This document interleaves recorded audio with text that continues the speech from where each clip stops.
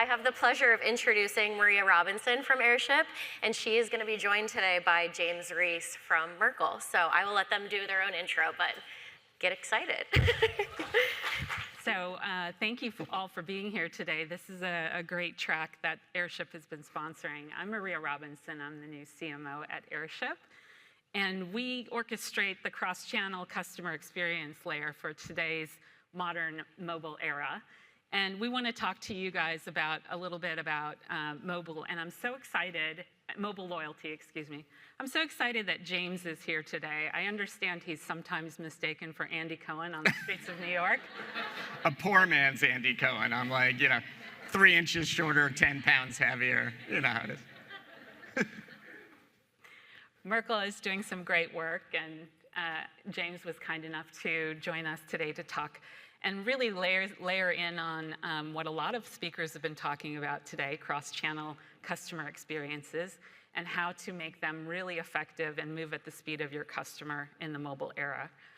James, Merkle is doing some really interesting things on loyalty. Should we kick it off there? Yeah, sure. Well, I think, I'll start by saying loyalty, in my opinion, is at a crossroads right now, right? So the points for purchase model that's survived for the last 20, 30 years is becoming just a starting point. And so we're helping brands think about how do they move beyond rewarding transactions to really creating meaningful experiences. And we call that human loyalty. And it's all about really understanding your customer, anticipating their needs, and then creating moments of value that drive emotional connections, that drive long-term growth. And I think this is such a relevant topic nowadays. In the mobile era, it's even more important. What do you think brands must do today to evolve from that more points-based system that they've worked at in the past to create that emotional loyalty and connection? Well, really, it starts with anticipating your customer needs, right? And we've heard a lot about different platforms that are leveraging AI to really optimize the channel. And in my opinion, that's a great starting point. We should absolutely be looking to optimize channels, but we should also be thinking about optimizing the entire relationship, right? And moving from focused on channel-based campaigns to really omni-channel conversations. I think that's a lot of the way we're thinking about it at Airship as well, right? Yeah. When you really think about translating what we're doing today into driving a mobile-centric value exchange, kind of meeting the customer where they are in this exchange and providing them tangible and personalized value. That's why we work together with Movable Inc. Providing those benefits and exclusivity and dynamic offers that really enable that mobile exchange of data and attention for that experience. Loyalty really just isn't a program. It's not something you just tack on. It's really a result of those emotionally intelligent customer experiences that are truly orchestrated across all the channels, whether it's mobile, app, SMS, push, email. It's really centered around mobile and where the customer lives today. It's sort of our mobile device is an extension of our bodies these days. It's our remote control. And so that's why we think it's so important to have this mobile-centric value exchange. Yeah, absolutely. But can you share, I think the audience would like some tangible examples of ways in which we've seen some of the enterprise and leading brands that Merkle and Airship work with together with Movable Inc., ways in which they've begun to move beyond that transactional model to emotional loyalty. Yeah, absolutely.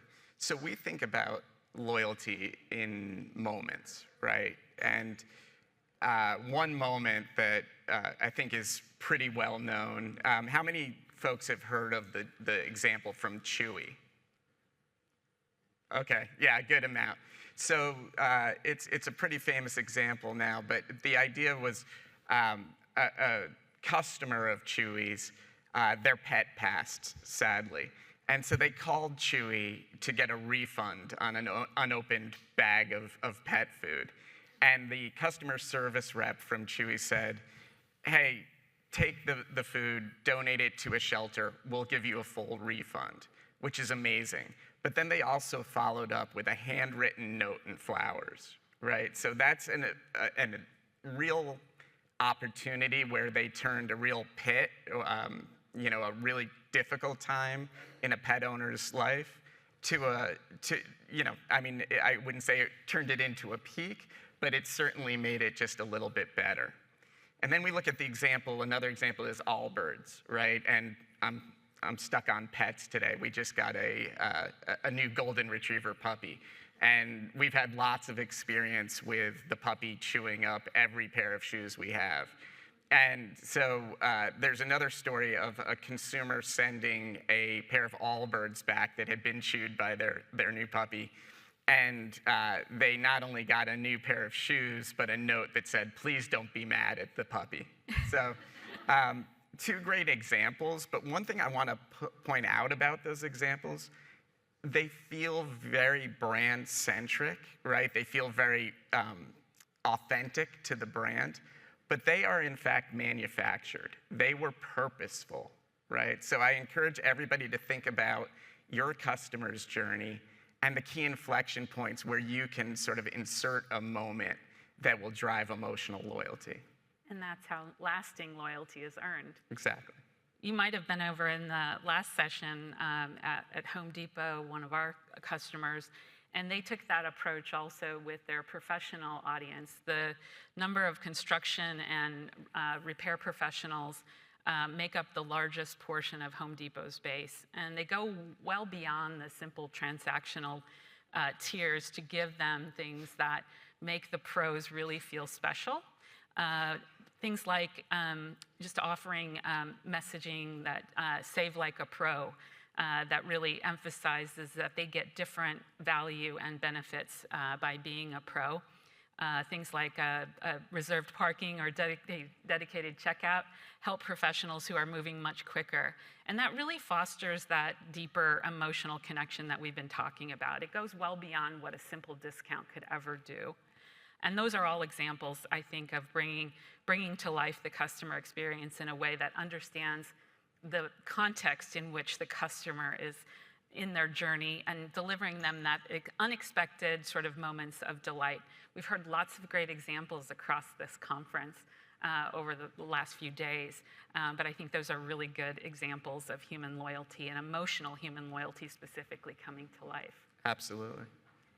Let me talk about a little bit, a lot of folks have been talking about the cross-channel chaos, kind of the, there's multiple top-performing brands that have this cross-channel mix. A lot of it is not creating a single connected, valuable experience for customers today. Talk about how you kind of tame that beast. Yeah, well, let me give you an example. So let's say that you were invited to speak at a conference, and you said, oh gosh, where am I gonna find something magenta last minute? It's not exactly part of my wardrobe. So you searched online, and you found a great magenta pocket square, and at let's say J. Crew. And so you put the pocket square in your basket, the puppy chewed yet another pair of shoes, you lost track of what you were doing, but then you got an email reminding you that you had left your magenta pocket square in the basket. But not only did you get that email, but the company knew that you were also, you didn't typically buy magenta pocket squares, but that you were planning a trip and that you would need some new shorts. And so you thought, okay, that's a great suggestion. I probably do need new shorts. But the AI probably didn't know that you had overindulged over the weekend and those size 33 shorts weren't going to fit you anymore, and you probably needed to go try on size 34s. So you bought the pocket square, and then you went to the store, you tried on the shorts, You used your mobile wallet to pay for them in the store, and your loyalty rewards were already loaded into the mobile wallet, so you got a great discount. Now, I'm not saying that happened. It might be fake news, but it could happen because the technology now exists where that could be possible. And in fact, we have some clients that are doing that.